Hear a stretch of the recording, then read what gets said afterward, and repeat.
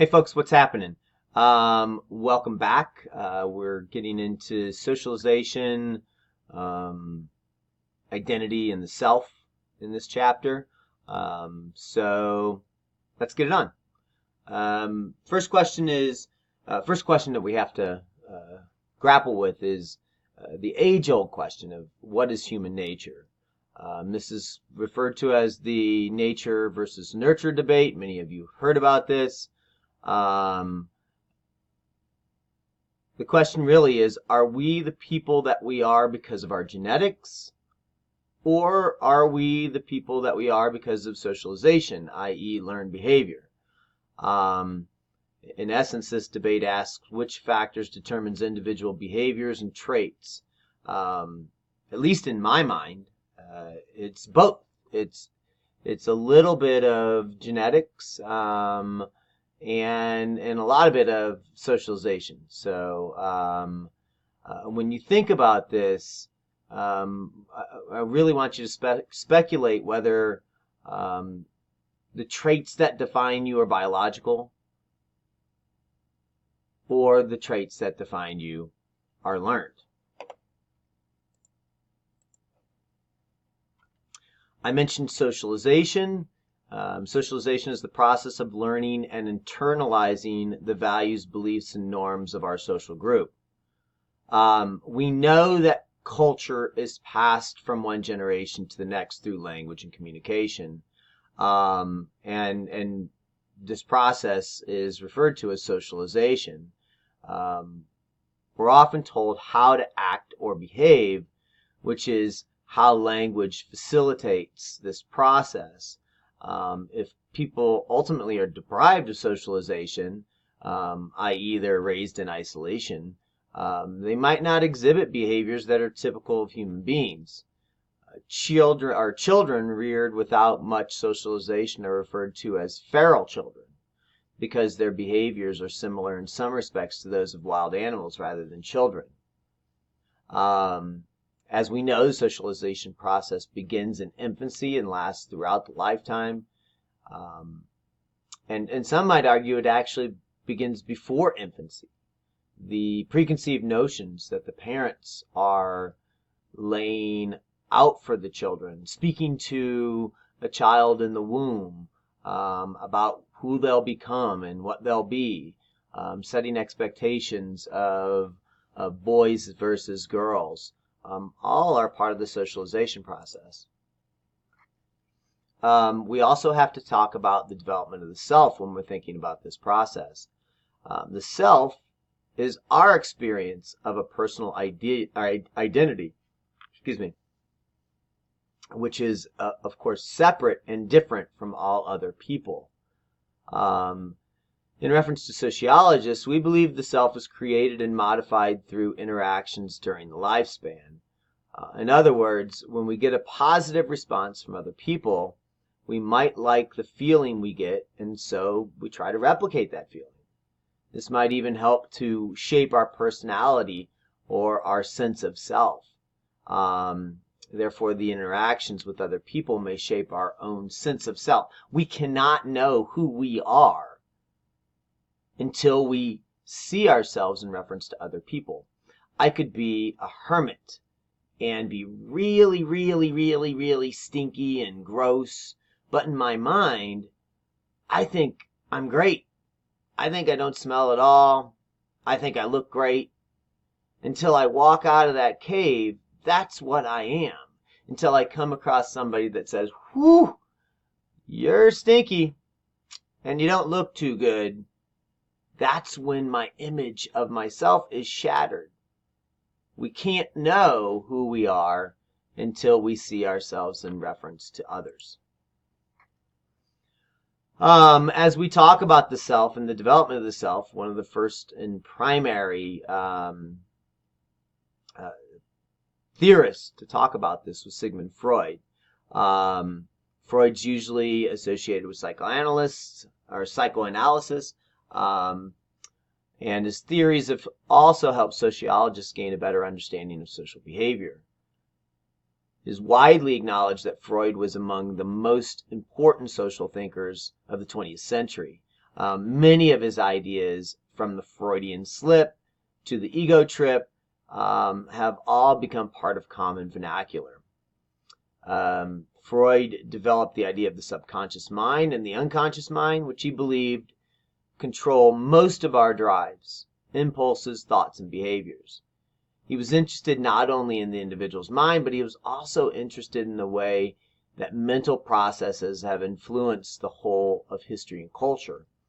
In the book Civilization and Its Discontents, Freud explains that individual psychology helps create social order and is simultaneously constrained by society's structures and demands. Charles Cooley also was instrumental in understanding the development of the self.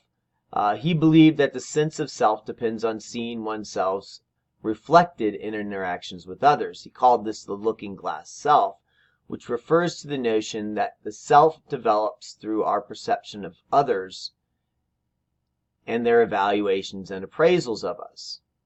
In other words, we like getting a positive response from people, so we try to replicate our actions when the response we received was positive. We use others as a mirror to dictate how we're supposed to act. George Herbert Mead is another important person in this process. He expands on Cooley's ideas. Mead believed that the self was created through social interaction and that this process started in childhood. For Mead, he believed that children began to develop a sense of self about the same time they began to learn language. In Mead's analysis, the first stage of his theory is the preparatory stage wherein children mimic and imitate others. We see this with young kids all the time. The second stage is the play stage wherein children pretend to play the role of a particular or significant other. So they're no longer mimicking, they're now thinking about what that role should be and then playing it. And then the third stage is the game stage wherein children play organized games and take on a perspective of the generalized other.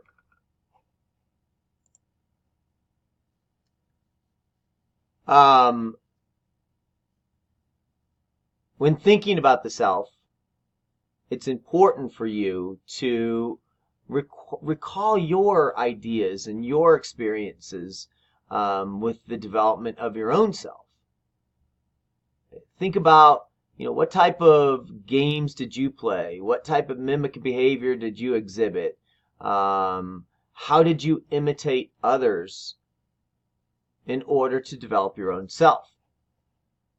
And once you start to filter this through your own personal experiences, you can begin to think about how Mead and Cooley and Freud are mapping out how the self develops. Of course, the development of the self is central, or language is central to the development of the self. The acquisition of language skills coincides with the growth of mental capacities, including the ability to think of ourselves as separate and distinct, to see ourselves in relationship to others. Babies or very young children really don't have a sense of autonomy until they're able to vocalize their ideas. And once that happens, they begin to want to express their own ideas and they want to be heard as an individual. That's really where the development of the self starts to take off. Of course, we have Irving Goffman and his ideas on the development of the self. This is one of my favorite social theorists. He believed that meaning is constructed through interactions. And he came up with an idea or a theory that he called dramaturgy. And this compares social interaction to the theater, where individuals take on roles and act them out for an audience. Shakespeare once said that all the world is a stage and we are merely actors. Goffman would agree with him very much so. In Goffman's ideas, he saw social life as a sort of a game where we work to control the impressions of others and how they see us. And he called this impression management. According to Goffman, we work hard to go out of our way to present a favorable impression to the people around us. Our appearance, mannerisms, and dress can all attribute to or undermine our performances to others. We are all performing. You have a front stage persona. You have a backstage persona, and you manage which person is interacting in the social space according to that understanding of who you are. W.I. Thomas also was dealing with the construction of the self. He believed that if people define situations as real, they are real in their consequences. This is now referred to as the Thomas theorem. Because we encounter ambiguous situations every day, many meanings are possible. The way we define each situation then becomes its reality. For example, suppose you're walking down the street and you witness a woman slapping a man in public. Well, what are the possible meanings of that situation? Well, it could be a fight or spousal abuse. It could be a joke or a friendly greeting, depending on how hard the slap is. It could also be that he has just passed out and she's hoping to revive him. Or the participants could be actors shooting a scene from a film. Each of these definitions leads to a different set of potential consequences. You might choose to intervene depending on how you are assessing the situation. You might call the police. You might stand by and laugh. You could ignore them. Some of the paramedics ask for an autograph. There's all kinds of ways that you can define the situation that you're seeing. And each definition of the situation lends itself to a different approach. And the consequences are real.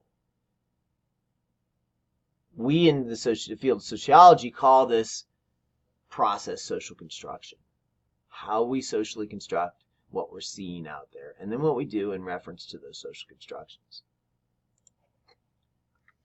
There are important agents of socialization. Each agent of socialization has a different impact on us depending on where we are in the lifespan.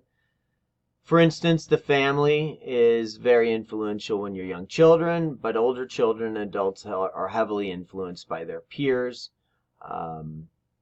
We'll talk more about each of these agents of socialization as we move forward. These agents of socialization are the social groups, institutions, and individuals that provide structured situations where socialization occurs. It used to be family, schools, church. Peers in mass media were not as influential in the past, but they've become extremely influential in the present, especially peers. How kids interact is very much in line with who they hang out with. First agent of socialization we'll look at is the family. The family is the single most significant agent of socialization because, of course, they're very much responsible for your early years of development. The family has a significant influence on children until they go to school. They still have an influence on children after the school, but up until the point they go to school, they're the only agent. The family is also often considered a primary agent of socialization, and therefore school is often considered a secondary agent of socialization.